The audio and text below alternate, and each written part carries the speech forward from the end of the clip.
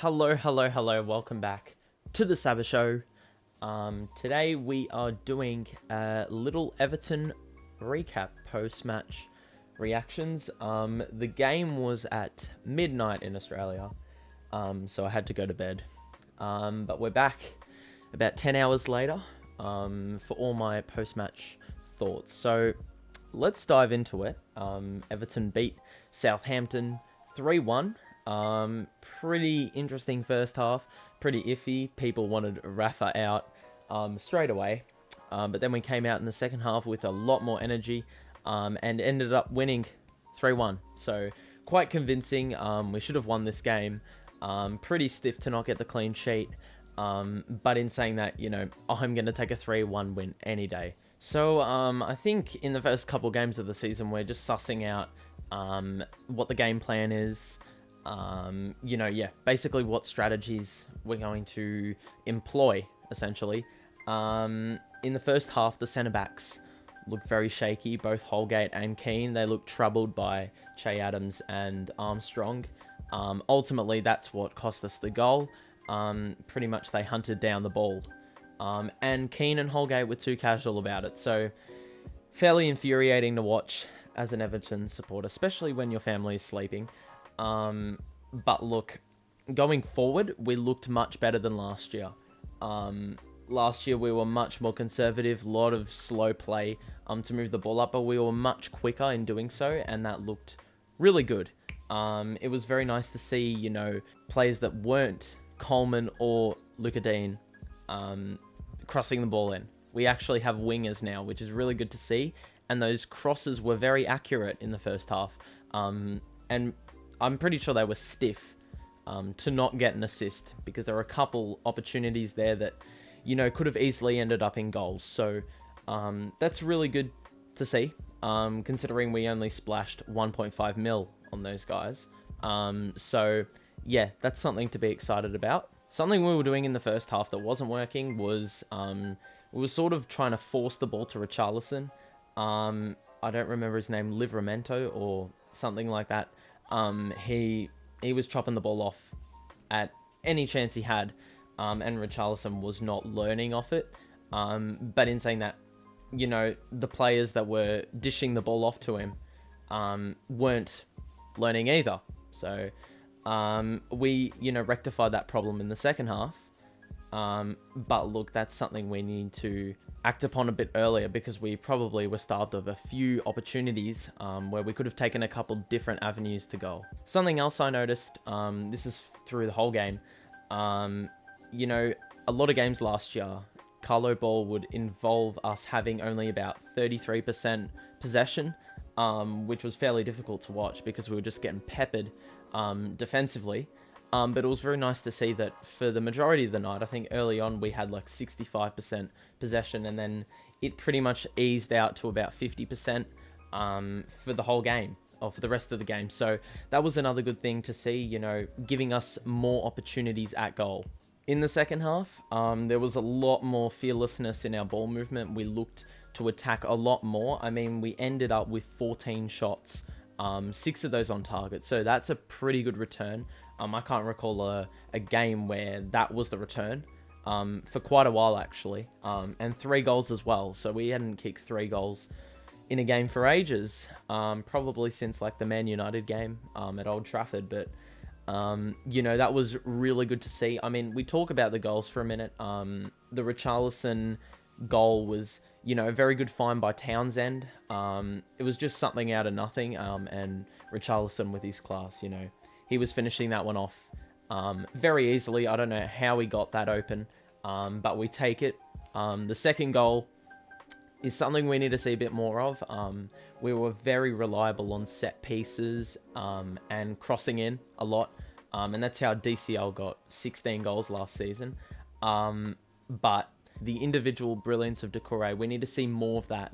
The nice little dink by Coleman to Iwobi, nice little header down to Doucoure, and then the control and the finish was just amazing. So very hard to keep quiet, especially when he kicked that early in the morning. But look, that was a stunner of a goal. And then the third goal is what we've seen throughout the entirety of last year. We need to resort to what works, but in saying that, we also need to extend on that. And yeah, find other ways to goal so we're not too predictable. The defenders, they stood up pretty much for the entirety of the second half. Very good fight back. The goal was an absolute nightmare, but, credit to them. They held firm. Southampton didn't really get a chance in the second half. So that was a really positive sign. I do have a little red flag for the next game against Leeds. We seem to have a bit of trouble with the pace of Adams and Armstrong in the first half, and you know how fast Leeds play, so we could be in for a little bit of trouble there, but let's hope that, they work on it at training, and then they can rectify those problems as well, so we're better prepared for that matchup.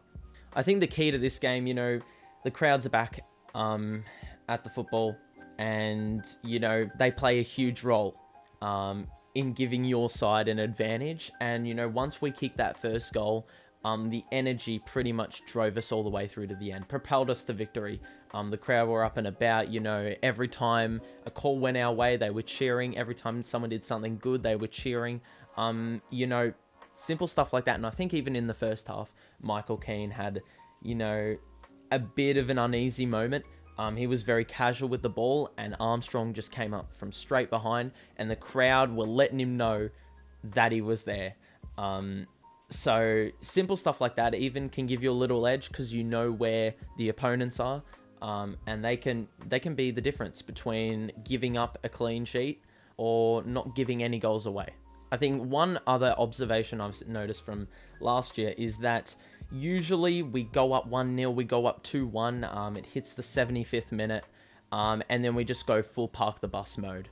And it was very nice to see that we actually didn't do that, and we, were much more assertive. We were like, we're going to finish this team off, we're not going to take any chances, and that's how we got our third goal.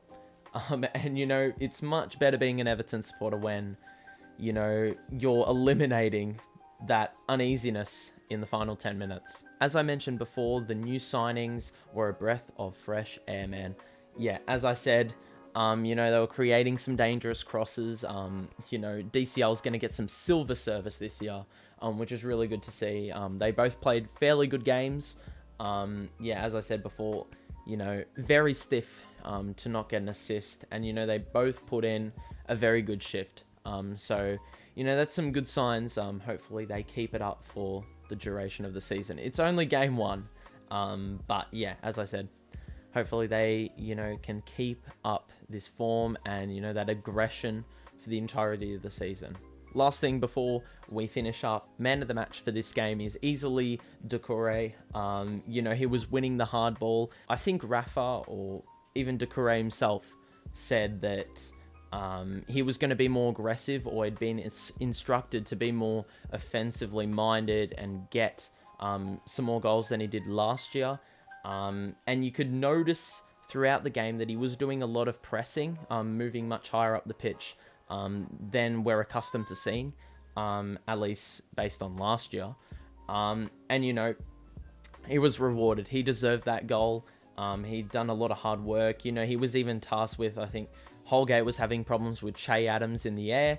So then Doucoure ended up matching up on Adams and, pretty much quelled any influence that Adams was having on the game. So, he was pretty much amongst everything. I'd give him like a 9 or a 10 out of 10 on this game. So, very, very strong performance. And considering that this team was missing, 5 players that can easily slot back in, it gives supporters confidence. I know that some players that weren't playing have been thrown up in transfer talks, but it's really good to see that even without those guys, we were able to perform at a pretty good standard. And I'm talking about James, Moise Kean, and Gomez has been thrown around in conversation, but Godfrey and Gabarman were also out. So they will slot in, and they'll help for depth, which is something that we lacked yesterday. I mean, the bench looked better than last year when we were fielding 3 goalkeepers on that bench. But, in saying that, it still consisted of a lot of inexperience. I'm talking Branthwaite and Broadhead. You bring Godfrey and Gabarman in, and then you can just relegate someone that was in our starting 11 to the bench, or, you know, you can just sit them on the bench, and they'll be, you know, right to go to come on in the second half for a good 30-minute shift or something like that. But I can see Godfrey going right back into the starting 11 next week if he's out of quarantine, and Gabarman will probably come off the bench. You know, that we want to ease him back into it, considering all the injury troubles he's had for the entirety of his time at Everton. But you know what? Very, very strong performance by this team to start the season. People wanted Rafa out at halftime, and now they are praising him at full time. Anyway, I hope you enjoyed this little match reaction, post-game thoughts thing. Make sure to share your thoughts in the comment section down below. And if you enjoyed this, you know, smash a like. Do appreciate it. It has been a pleasure. We will see you back here next week for the recap against Leeds. But yeah, that's about it. So hope you enjoyed this one. And I'll see you for the next one. Peace out.